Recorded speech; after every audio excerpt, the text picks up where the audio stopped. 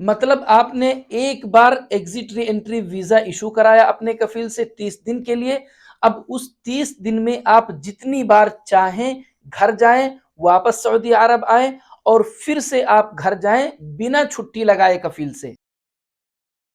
Hello दोस्तों, कैसे हैं आप लोग।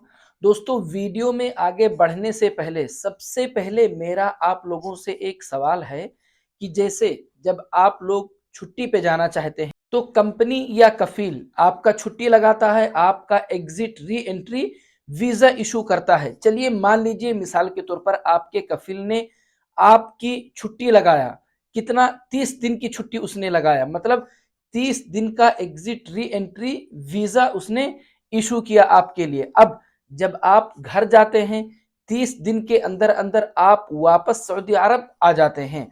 अब दोबारा से आपको आपके घर जाने के लिए छुट्टी पे फिर से आपके कफील को आपकी छुट्टी लगानी पड़ती है, मतलब फिर से एग्जिट री एंट्री वीजा उसको इशू करना पड़ता है। लेकिन अगर ऐसा कोई सिस्टम आ जाए कि आपके कफील ने अगर 30 दिन की छुट्टी आपका लगा दिया, मतलब उसने आपका 30 दिन के लिए exit re-entry visa issue कर दिया। अब आप घर गए, आप 30 दिन कंप्लीट नहीं किए अपने घर पे, मतलब हो सकता है कि शायद आप 10 दिन ही रह करके वापस आ गए हो सऊदी अरब।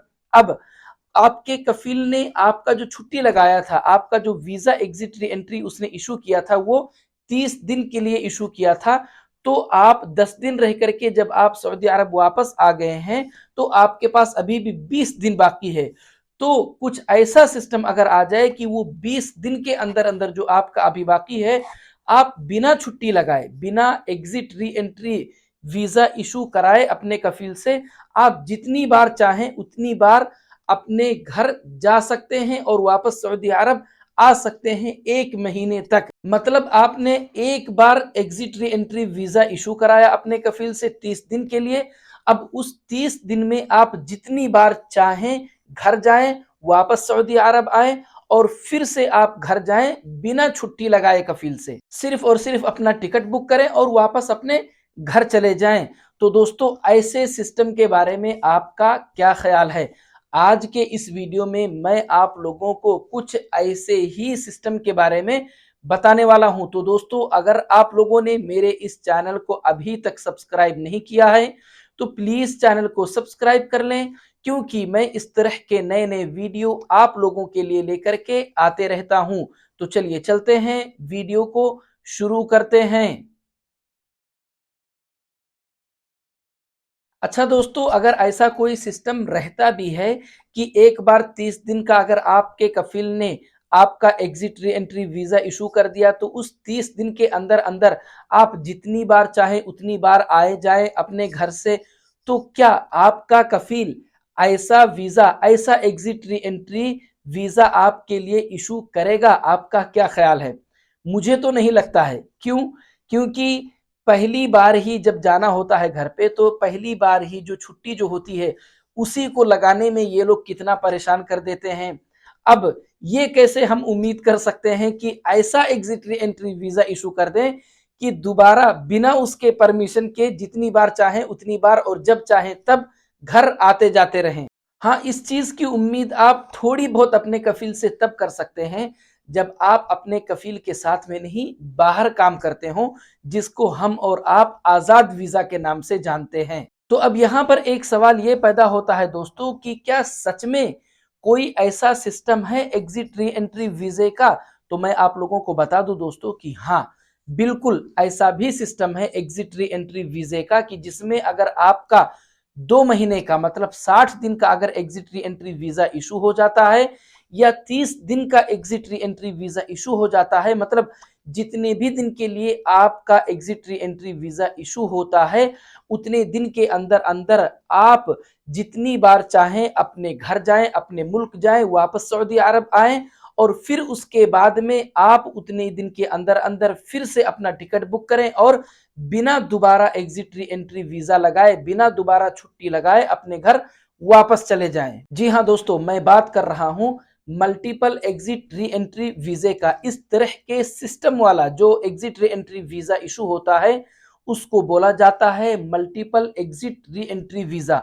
नॉर्मली ज्यादातर लोग जो छुट्टी पर जाते हैं जिनका exit re-entry visa issue होता है दोस्तों, वो होता है exit re-entry visa single, मतलब single exit re-entry visa. Single exit re-entry visa किसको बोलते हैं? जो ज्यादातर लोग छुट्टी पर जाते हैं, मतलब जैसे फॉर एग्जाम्पल आपका 30 दिन का exit re-entry visa issue हुआ, मतलब आपकी 30 दिन की छुट्टी लगी। अब 30 दिन के लिए जब आप घर जाते हैं तो आपकी छुट्टी खत्म होने से पहले पहले आप सऊदी अरब वापस आ जाते हैं। अब दोबारा जब आपको वापस अपने घर जाना होता है तो फिर से आपका कफील आपकी छुट्टी लगाता है, मतलब फिर से वो आपका exit re-entry visa issue करता है। ऐसे एग्जिट री एंट्री वीजे को दोस्तों single exit re-entry visa बोला जाता है। लेकिन वहीं पर अगर हम बात करें मल्टीपल एग्जिट री एंट्री वीजे का, तो जैसा कि मैंने आप लोगों को बताया दोस्तों कि अगर आपका कफील आपका multiple exit re-entry visa लगाता है 30 दिन या 60 दिन का, तो जितने भी दिन का उसने वीजा लगाया है, जितने भी दिन का उसने छुट्टी दिया है आपका, उतने दिन के अंदर अंदर आप बिना दोबारा कफील के छुट्टी लगाए, बिना दोबारा exit re-entry visa issue कराए, आप जितनी बार चाहें उतनी बार अपने मुल्क आ जा सकते हैं। सिर्फ और सिर्फ आपको टिकट बुक करना होगा।